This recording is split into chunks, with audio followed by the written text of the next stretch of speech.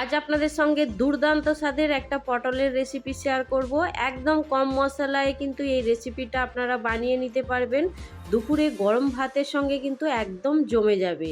নমস্কার, কেমন আছেন সবাই? আশা করছি সবাই খুব ভালো আছেন, সুস্থ আছেন।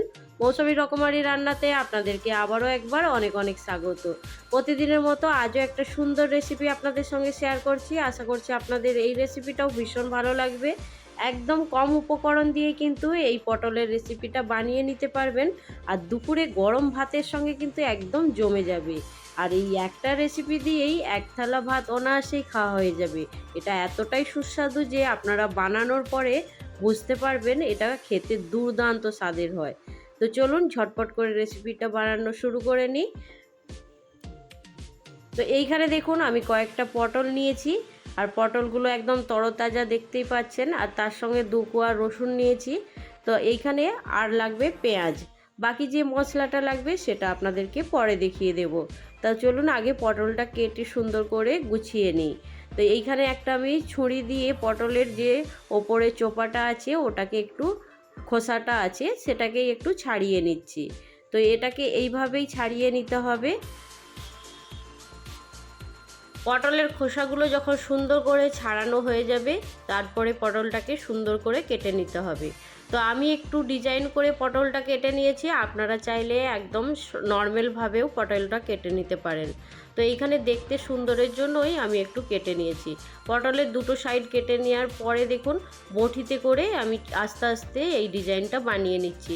যদিও এই ডিজাইনটা সবাই জানে বানাতে, তবু আমি একটু আপনাদেরকে দেখিয়ে দিচ্ছি। তো এইভাবে কাটলে পটলটা একটু দেখতে সুন্দর লাগবে, সেই জন্য আমি এইভাবেই একটু কেটে নিচ্ছি। তো আপনারা আপনাদের পছন্দ মতন করে ডিজাইনটা কেটে নেবেন।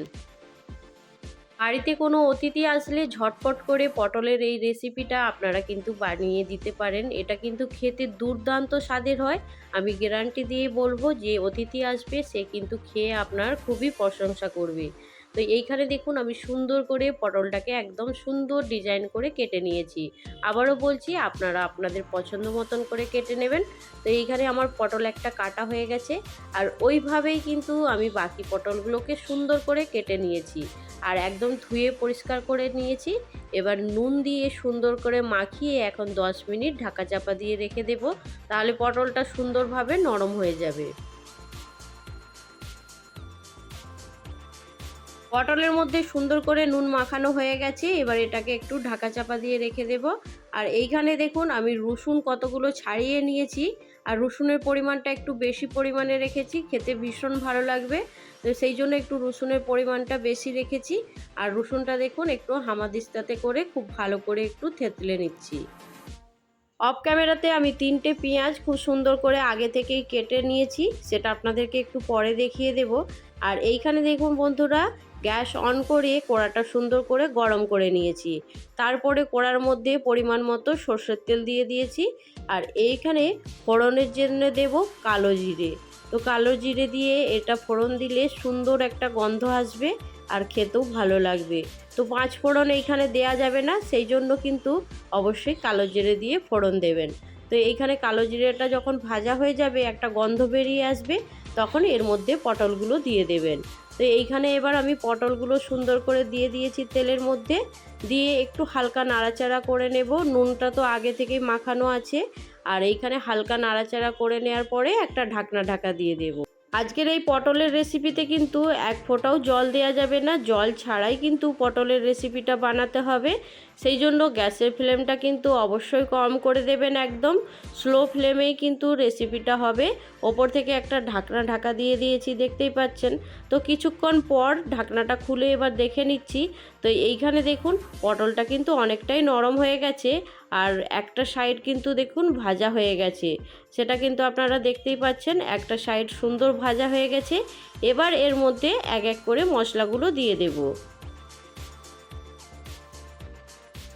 পটলের এক সাইড যখন ভাজা ভাজা হয়ে যাবে তখন কিন্তু এর মধ্যে মশলাগুলো দিয়ে দিতে হবে।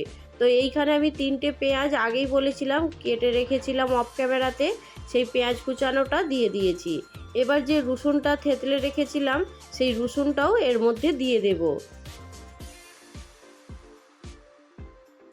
পটলের মধ্যে পেঁয়াজ রসুনটা দেওয়ার পরে খুব ভালো করে একটু নাড়াচাড়া করে নিতে হবে। আর এই সময় গ্যাসের ফ্লেমটা একটু হাই ফ্লেমে করে দিতে হবে পেঁয়াজ রসুনটা একটু নাড়াচাড়া করার সময়। তো এইখানে দেখুন আমি পেঁয়াজ রসুনটা সুন্দর করে একটু নাড়াচাড়া করে নিচ্ছি। নেওয়ার পরে ওপর থেকে ঢাকা দিয়ে আরও কিছুক্ষণের জন্য রেখে দেব। তো আমি আগেই বলেছি এই রেসিপিতে কিন্তু একটুও জল দেওয়া যাবে না, সেই জন্য গ্যাসের ফ্লেমটা কখনো একটু জোর করে কখনো আবার কমিয়ে এইভাবেই রান্নাটা করে নিতে হবে। তো আমি দেখুন ঢাকনাটা দেওয়ার পরে কিছুক্ষণ অপেক্ষা করেছিলাম, তারপরে দেখুন পেঁয়াজ আর রসুনটাও সুন্দর একটু মজে গেছে, আর পটলটাও তো সুন্দর ভাজা হয়ে গেছে দেখতেই পাচ্ছেন। তো এবার এর মধ্যে দিয়ে দেব হলুদ গুঁড়ো, দিয়ে দিয়েছি হাফ চামচের থেকে একটু কম হলুদ গুঁড়ো, আর হাফ চামচ দেব লঙ্কার গুঁড়ো। তো ঝালের পরিমাণটা আপনারা কম বেশি অবশ্যই করে নেবেন। আর এইখানে দিয়ে দেব 3 চামচ সর্ষে বাটা। সাদা কালো সর্ষে আমি আগে থেকে পিষে রেখেছিলাম, সেটাই কিন্তু এইখানে দিয়ে দেব। তো 3 চামচের মতো দিলেই এটা হয়ে যাবে। আর এইখানে পটল আমার 6টা আছে। তো আপনারা যদি পরিমাণটা কম বেশি করতে চান অবশ্যই সব কিছুর পরিমাণটা একটু কম বেশি করে নেবেন। তো মশলা এইখানে দিয়েছি শুধু পেঁয়াজ রসুন লঙ্কা গুঁড়ো হলুদ গুঁড়ো আর সর্ষে বাটা, আর কিছু লাগবে না। অবশ্যই কিন্তু এই অজানা পটলের রেসিপিটা বাড়িতে একবার বানিয়ে দেখুন, ভীষণ সুন্দর লাগে খেতে। দুপুরের খাওয়াটা কিন্তু একদম জমে যাবে। মাছ মাংস ছাড়াই কিন্তু এটা দুর্দান্ত একটা রেসিপি, আপনারা বানিয়ে দেখতে পারেন। এবার অল্প পরিমাণে একটু নুন দিয়ে দেব, যেহেতু পটলের মধ্যে আগে থেকেই নুন দেয়া ছিল আর পেঁয়াজ রসুনের পরিমাণটা একটু বেশি পরিমাণে আছে, সেই জন্য একটু নুন দিতে হবে। তো অল্প পরিমাণ নুন দিয়ে খুব ভালো করে এখন মিশিয়ে নিচ্ছি। তো নুনের পরিমাণটা অবশ্যই কিন্তু একটু দেখে দেবেন। তো এইখানে পটলের মধ্যে আগে দেওয়া ছিল বলে সেই জন্য অল্প পরিমাণে দিয়েছি। আর এইখানে দেখুন নুনটা দিয়ে খুব ভালো করে এখন মিশিয়ে নিয়েছি। ওপর থেকে আর একবার ঢাকা দিয়ে দেব, তাহলে আরও সুন্দর নরম হয়ে যাবে। আর এইখানে দেখুন ঢাকনাটা 2 মিনিটের জন্য ঢাকা দিয়ে রেখেছিলাম, 2 মিনিট পরেই একদম খুলে দেখে নিয়েছি। তো আমার এইখানে কিন্তু পটলের রেসিপি একদম রেডি হয়ে গেছে। তো আজকের এই সুন্দর পটলের রেসিপিটা আপনাদের কেমন লাগলো জানাতে কিন্তু একদমই ভুলবেন না। বাজারে তো এখনও পটল পাওয়া যাচ্ছে, অবশ্যই কিন্তু পটলের রেসিপিটা বানিয়ে দেখতে পারেন। এইখানে দেখুন বন্ধুরা পটলটা আমি একটু হালকা করে চেপে দিচ্ছি, তার কারণ পটলের মধ্যে কিন্তু অনেক জল থাকে। তো এইভাবে একটু চেপে দিলে পটলের যে জলটা থাকে সেটা বেরিয়ে যাবে। আর এইখানে কিন্তু আমার সুন্দর পটলের রেসিপি রেডি হয়ে গেছে, আপনারা দেখে বুঝতেই পারছেন। আর খেতে দুর্দান্ত স্বাদের হয়, গ্যারান্টি দিয়ে বলবো যে কেউ খাবে সে কিন্তু আপনার প্রশংসা করবে। অবশ্যই ঝটপট করে এই রেসিপিটা একবার বানিয়ে দেখতে পারেন, আপনাদেরও ভীষণ ভালো লাগবে। তো আজকের আমার এই রেসিপি আপনাদের কেমন লাগলো সেটাও কিন্তু জানাতে ভুলবেন না। ভালো লাগলে অবশ্যই একটা লাইক দিয়ে দেবেন। আজকে যারা প্রথম আমার চ্যানেলে ভিজিট করছেন, আজকের এই রেসিপির কোনো অংশ যদি আপনাদের ভালো লাগে অবশ্যই কিন্তু আমার চ্যানেলটা সাবস্ক্রাইব করে আমার পাশে থাকার অনুরোধ রইল। তো এই রকমই সুন্দর সুন্দর রেসিপি আপনাদের সঙ্গে শেয়ার করব আরও একটা নতুন ভিডিওর সঙ্গে। তো এইখানে দেখুন পটলের রেসিপি হয়ে গেছে, আমি একদম প্লেটের মধ্যে সাজিয়ে নিচ্ছি। দুপুরে কিংবা রাত্রে গরম গরম ভাতের সঙ্গে কিন্তু একদম জমে যাবে। তো আজকের রেসিপি এইখানেই শেষ করছি, পরবর্তী রেসিপি নিয়ে খুব তাড়াতাড়ি আরও একটা নতুন ভিডিওর সঙ্গে দেখা হবে। সবাই ভালো থাকবেন সুস্থ থাকবেন, বাই।